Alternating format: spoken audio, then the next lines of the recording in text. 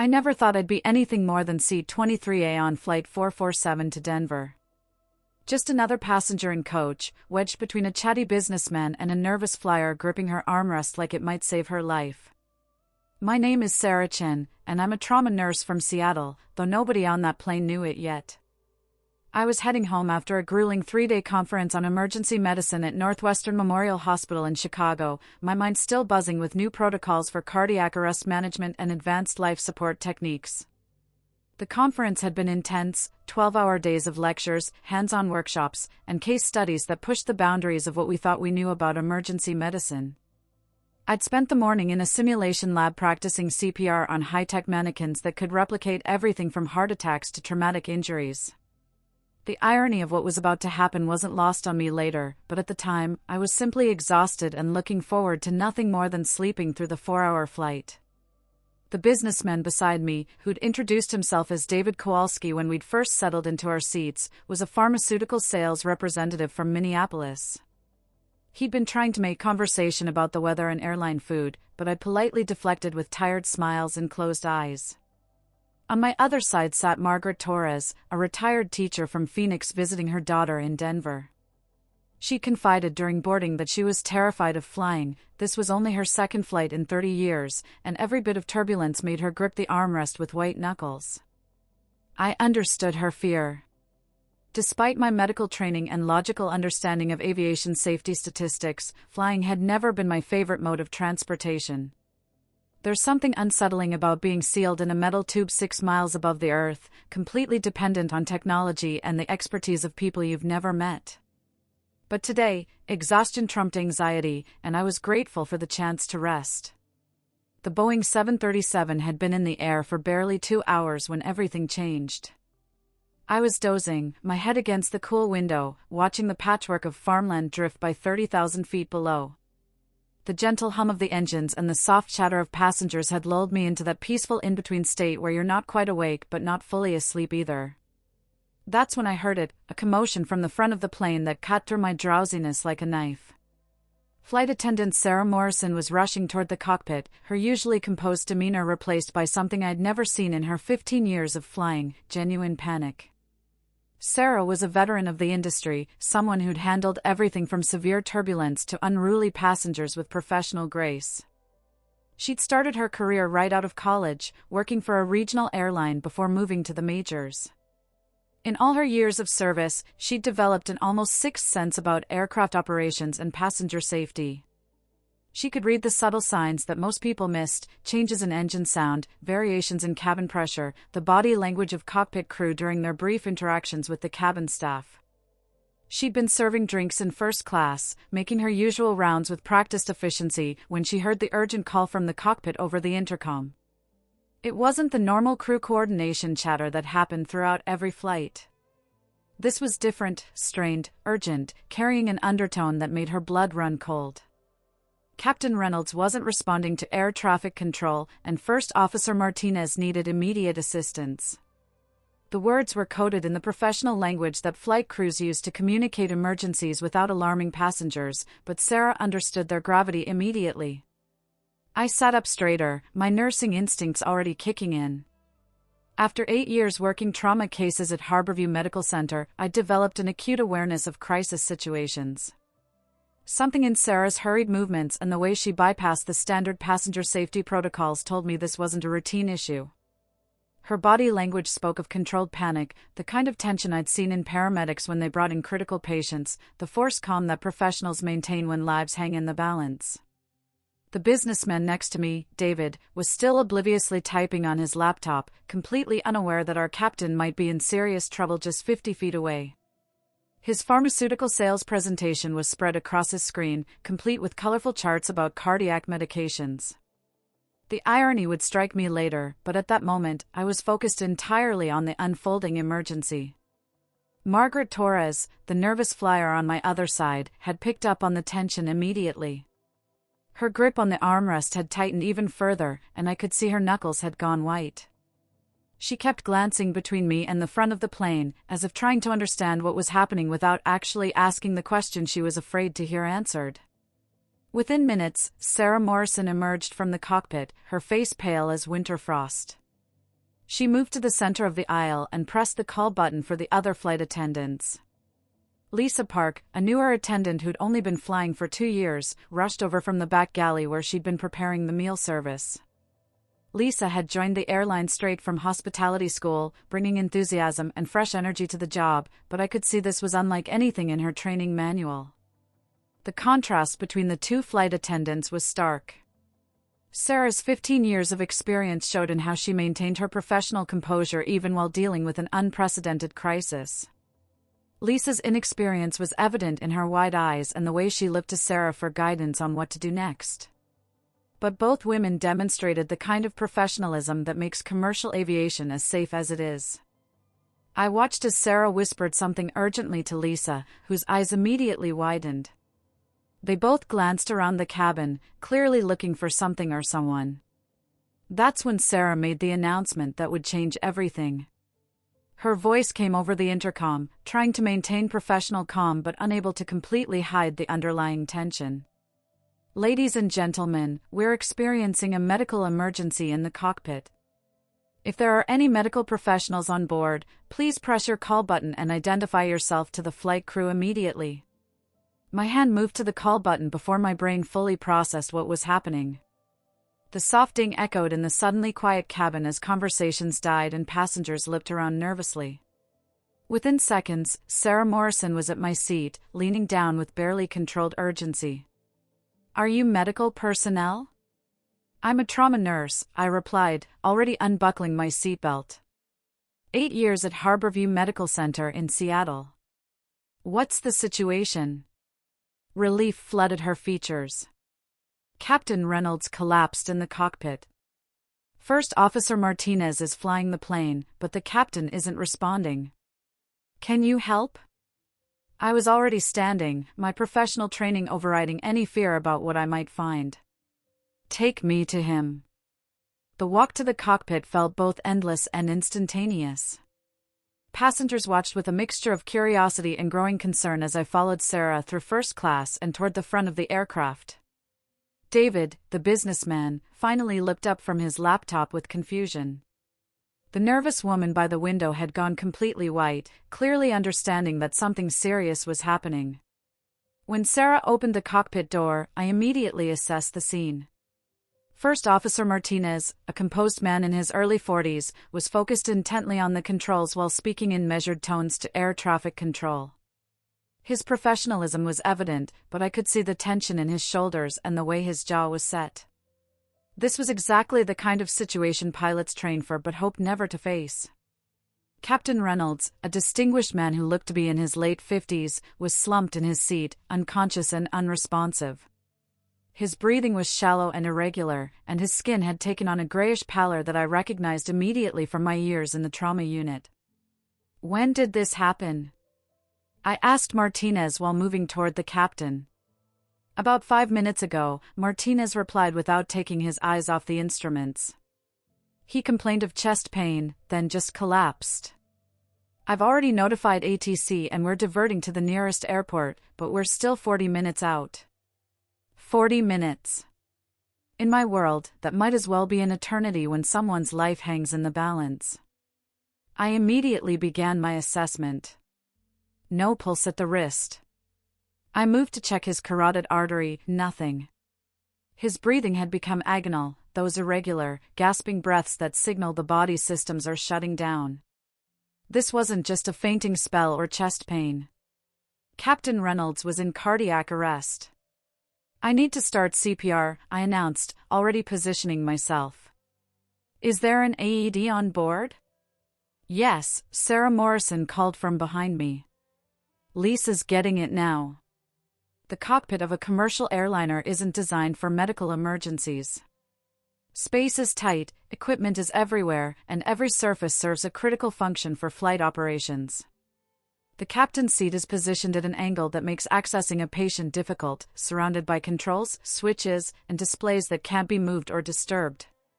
The floor space is minimal, barely enough for one person to kneel comfortably, let alone perform effective chest compressions. but I'd performed CPR in stranger places, cramped ambulances where I had to work around 4 poles and monitoring equipment, cluttered emergency rooms during multi-trauma situations, even once in a construction site after a worker fell from scaffolding. Each environment had presented its own challenges, teaching me to adapt my technique while maintaining the effectiveness of the life-saving measures.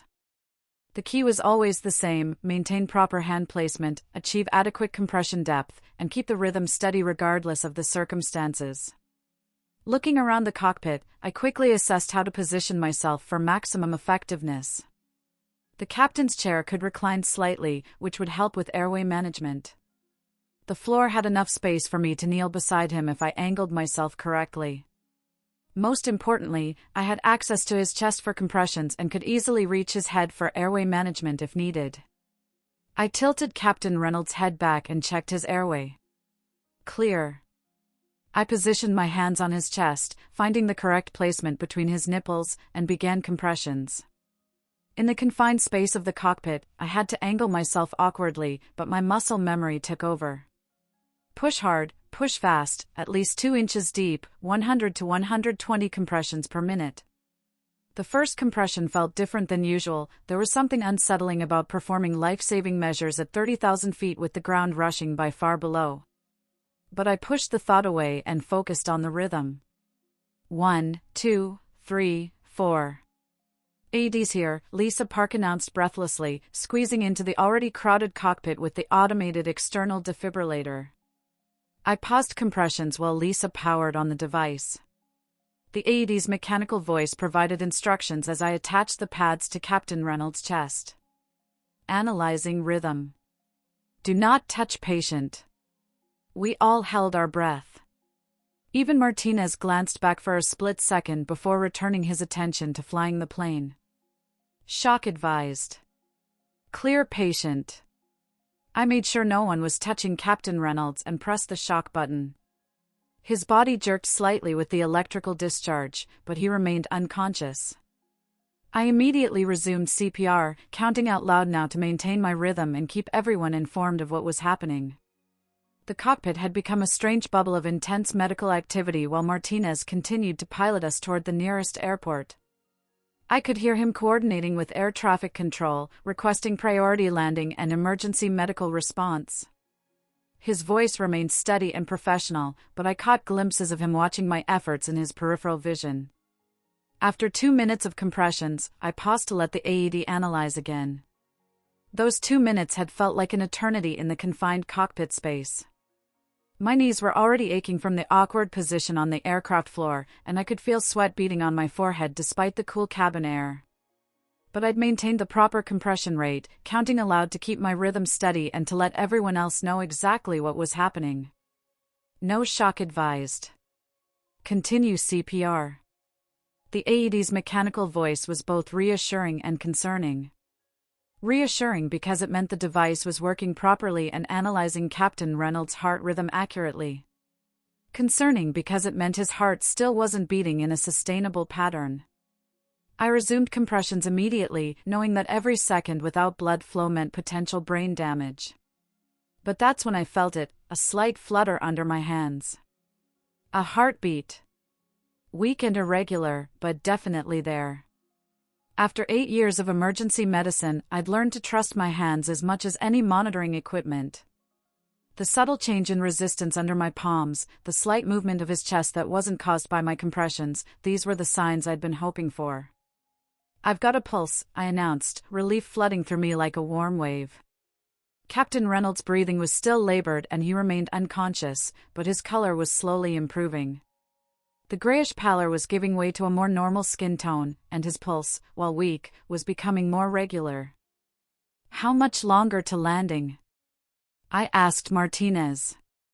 22 minutes to Grand Junction. Emergency crews are standing by. 22 minutes felt manageable now that we had a heartbeat. I continued monitoring Captain Reynolds' vital signs, checking his pulse every few minutes and watching his breathing. Sarah Morrison had contacted the airline's medical consultation service, and I provided updates on his condition while following their additional guidance. The captain stirred slightly around the 15-minute mark, his eyelids fluttering. He wasn't fully conscious, but he was responding to verbal stimuli, a very good sign. I spoke to him continuously, letting him know where he was and that he was going to be okay. As we began our descent into Grand Junction, I could feel the change in cabin pressure and see the landscape growing larger through the cockpit windows. Martinez was handling the approach with remarkable skill, considering he'd been dealing with his captain's medical emergency for the past 40 minutes. Emergency vehicles are in position, Martinez reported to air traffic control. We have medical personnel on board who have stabilized the patient. When the wheels touched down at Grand Junction Regional Airport, I felt a surge of relief that had nothing to do with my usual fear of flying. We had made it. Captain Reynolds had made it. The paramedics boarded within minutes of our arrival at the gate. I provided them with a detailed report of everything that had happened, the initial cardiac arrest, the CPR, the defibrillation, his current vital signs. They took over his care with the professional efficiency I knew so well from working alongside paramedics in Seattle. As they wheeled Captain Reynolds off the plane on a stretcher, he was conscious and talking. He even managed to squeeze my hand and whisper a thank you before they took him to the waiting ambulance. The aftermath was surreal. Passengers who had spent the entire flight unaware of the drama unfolding in the cockpit suddenly learned that their captain had nearly died and been saved by a fellow passenger. Word spread through the cabin quickly, creating a mixture of emotions that ranged from shock to relief to morbid curiosity. Some passengers seemed stunned into silence, processing the reality that they'd been so close to a potential tragedy. Others peppered the flight attendants with questions, wanting to understand exactly what had happened and whether they'd ever been in actual danger.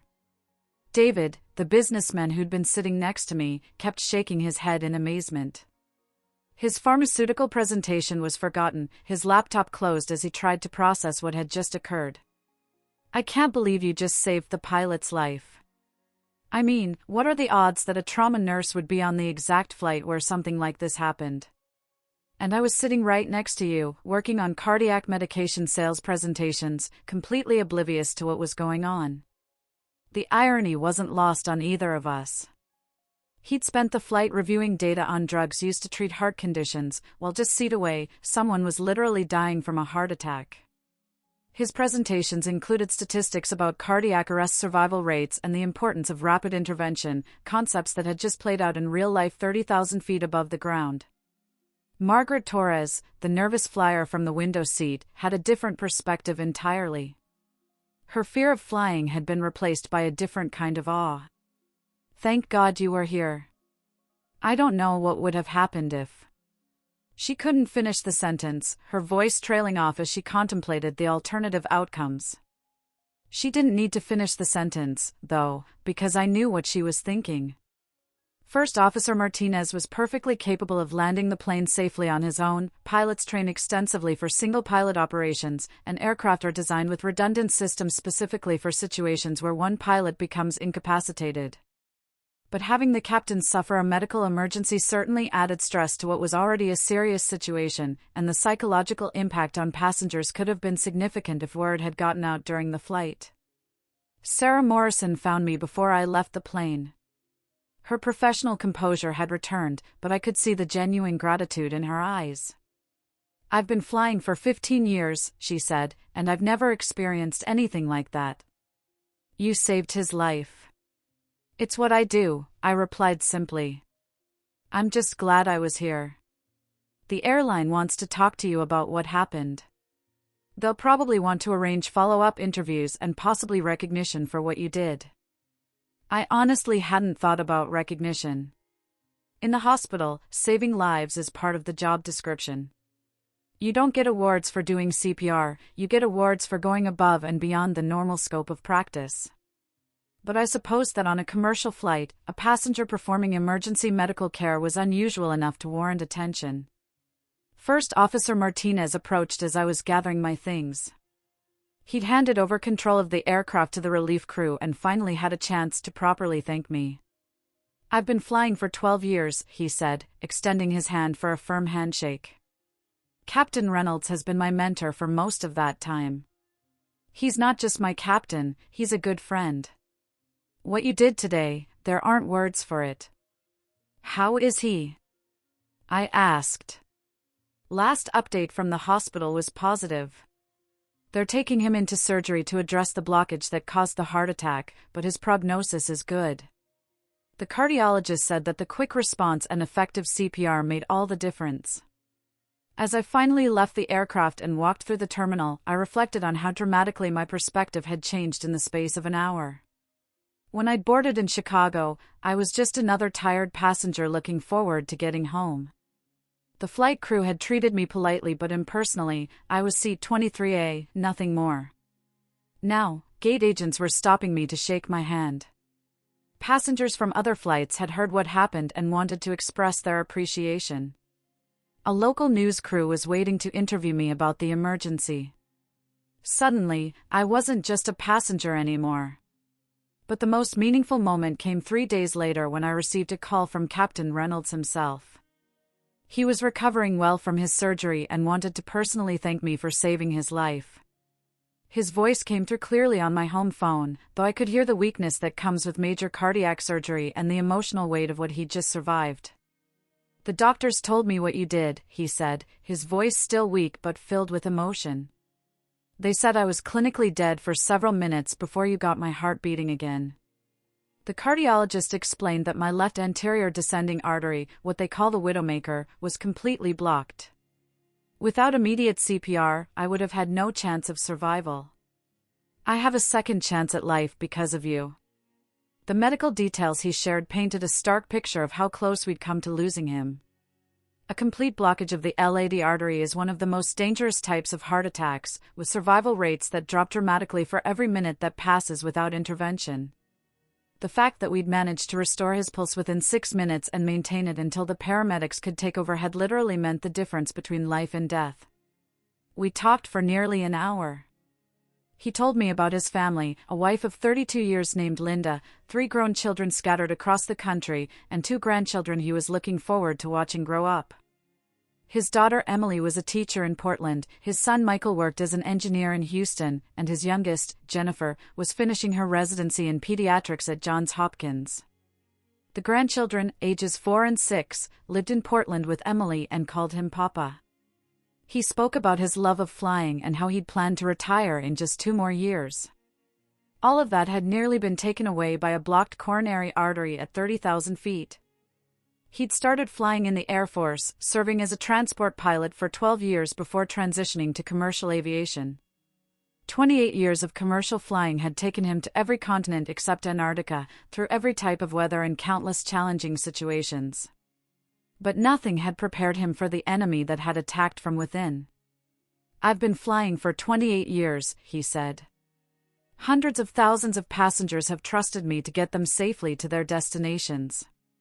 It's humbling to realize that this time, I was the one who needed saving." Captain Reynolds returned to flying 6 months later, after passing all the required medical examinations and recertification tests. The first flight he captained after his recovery was from Seattle to Denver, the same route where his heart attack had occurred. He specifically requested that the airline reach out to invite me to be on that flight. I almost declined. The whole experience had been emotionally intense, and part of me wanted to put it behind me and return to the anonymity of being just another passenger. But something about the symbolic nature of the flight appealed to me. It felt like completing a circle. When I boarded that flight, Captain Reynolds was there to greet me personally. The crew treated me like a VIP, upgrading me to first class and making sure I had everything I needed. But what struck me most was how different the dynamic felt. I wasn't just a passenger anymore, and they weren't just flight crew. We were connected by an experience that had changed all of our perspectives on what could happen at 30,000 feet. During the flight, Captain Reynolds invited me to visit the cockpit. As we flew over the same landscape where his emergency had occurred, he pointed out Grand Junction far below. "Every time I fly over this area now," he said, "I'm reminded of how precious and fragile life is. And I'm reminded that sometimes angels come in the form of trauma nurses sitting in seat 23A. The experience fundamentally changed how I view air travel and my role as a medical professional.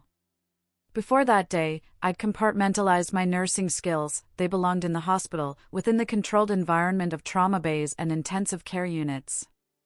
When I left work each day, I mentally filed away my medical knowledge and became just another person navigating the world.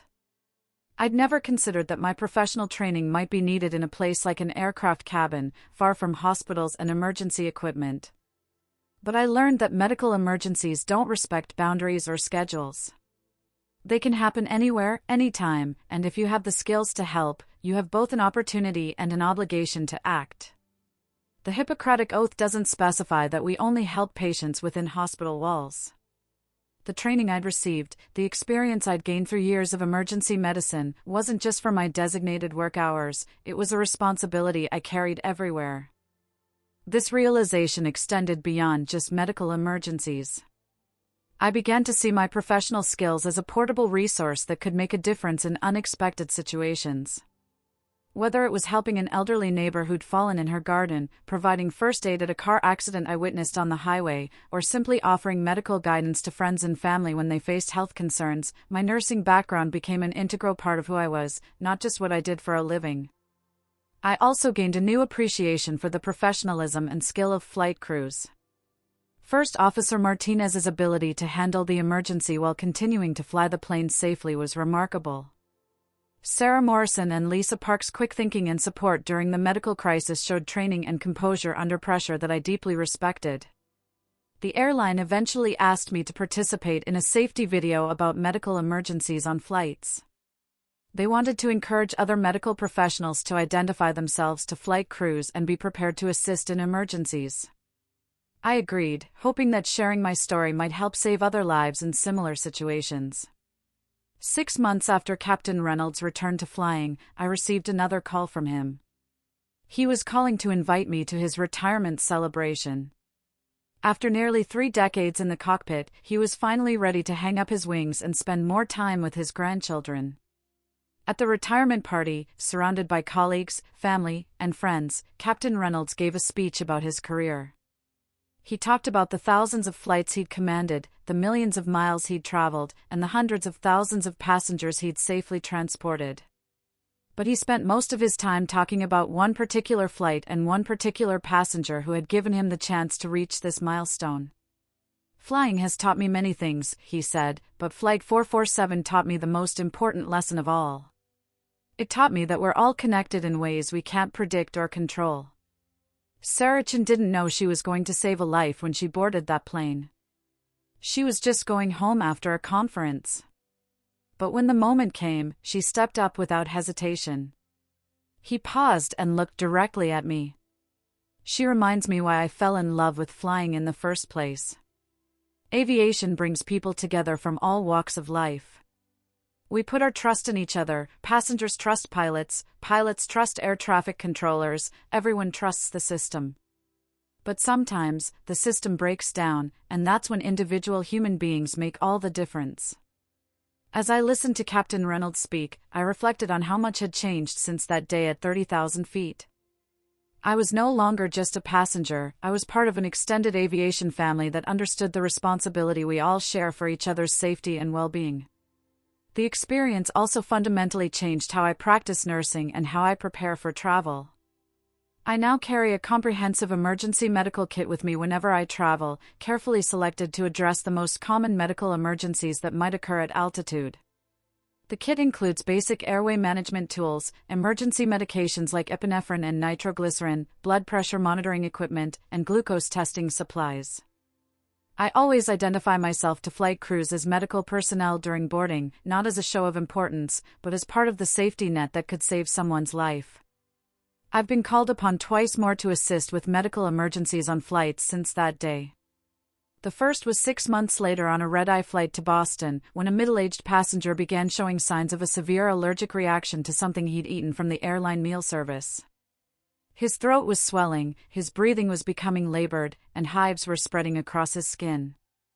I was able to assess his condition, recommend the use of the aircraft's emergency epinephrine, and monitor his response until we could make an emergency landing in Chicago. The second incident occurred almost a year after Captain Reynolds' emergency, on a flight from San Francisco to Seattle. A woman who was 34 weeks pregnant went into premature labor at 37,000 feet. While I couldn't stop the labor, I was able to help manage her pain, prepare for the possibility of an in-flight delivery, and coordinate with ground-based medical personnel to ensure an ambulance was waiting when we landed. Fortunately, we were able to land before the baby arrived, but it was a stark reminder that medical emergencies in the air can take many forms. Neither situation was as dramatic as Captain Reynolds' cardiac arrest, but in each case, having medical training available made a crucial difference in the outcome. More importantly, these experiences reinforced my understanding that medical professionals have a responsibility that extends beyond their workplace walls. More importantly, the experience reinforced my belief in the power of ordinary people to do extraordinary things when circumstances demand it.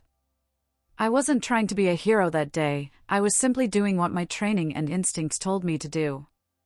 But sometimes, doing what seems ordinary in your own profession can be life-changing for someone else. Captain Reynolds and I stay in touch to this day. He sends me photos from his travels with his wife, updates about his grandchildren, and occasional aviation articles he thinks I might find interesting. Every year on the anniversary of Flight 447, he sends me a simple message: "Thank you for giving me another year." Those messages mean more to me than any formal recognition or award. They remind me that our actions, no matter how routine they might seem to us, can have profound impacts on other people's lives. They remind me that we're all just passengers on this journey, but we each have the power to make a difference when it matters most. Looking back, I realize that Flight 447 taught me something I hadn't learned in 8 years of trauma nursing: the most important medical emergencies aren't always the ones that happen in hospitals. Sometimes they happen in the sky, 30,000 feet above the ground, where the only thing standing between life and death is the willingness of one person to step forward and help another. Sometimes they happen in grocery stores, at family gatherings, in office buildings, or on street corners. Medical knowledge isn't confined to medical facilities, and the oath to do no harm extends to every moment of our lives. The experience also taught me about the invisible connections that bind us together as human beings. When I boarded Flight 447, I thought I was traveling alone, just another anonymous passenger in a cabin full of strangers. But I learned that we're never really alone when we're willing to look out for each other. David with his pharmaceutical presentations, Margaret with her fear of flying, the flight attendants with their professional training, First Officer Martinez with his piloting skills, and me with my medical background, we were all connected in ways we couldn't have predicted. The randomness of it all still amazes me. What if I had chosen a different flight? What if I had been too tired to respond? What if my medical kit hadn't been accessible? What if the AED had malfunctioned? So many variables had to align perfectly for Captain Reynolds to survive that day. It makes me believe that sometimes the universe conspires to put the right people in the right place at exactly the right time. I'm no longer just a passenger. I'm someone who understands that every flight carries the potential for unexpected heroes, and that sometimes the person sitting in seat 23A might be exactly who someone needs to survive the journey. That responsibility isn't a burden, it's a privilege that I carry with me every time I fly. It's a reminder that our professional skills and personal preparedness can literally mean the difference between life and death for someone we've never met. The aviation industry has since incorporated my experience into their training materials. Flight attendants now receive enhanced training on coordinating with medical professionals during in-flight emergencies, and airlines have upgraded their medical equipment based partly on recommendations from medical personnel who have assisted in actual emergencies. Captain Reynolds' story has become part of the case studies used to train both pilots and cabin crew on handling medical emergencies at altitude. And every time I hear that familiar announcement asking for medical professionals to identify themselves, I remember Captain Reynolds and the day that changed both of our lives forever. I remember that in a world that often feels disconnected and impersonal, we still have the power to save each other, one heartbeat at a time. I remember that heroes aren't necessarily people who set out to do extraordinary things, sometimes they're just ordinary people who are prepared to act when the moment demands it. The badge I wear at the hospital reads Sarah Chin, RN, Trauma Unit, but that title extends far beyond the walls of Harborview Medical Center. It follows me onto airplanes, into grocery stores, and everywhere else life might take me. Because medical emergencies don't make appointments, and the skills we develop to save lives don't have geographical boundaries. Captain Reynolds kept his promise to retire after his full recovery. His final flight was a ceremonial one, with many of his colleagues and family members on board, including me. As we flew over the same route where his emergency had occurred 2 years earlier, he made one final announcement to the passengers about the importance of looking out for each other, not just in the air, but in all aspects of life. When the plane touched down for the last time under his command, there wasn't a dry eye in the cabin. But for me, it wasn't an ending, it was a reminder that every flight, every day, every interaction we have with other people carries the potential for us to make a difference in ways we might never expect.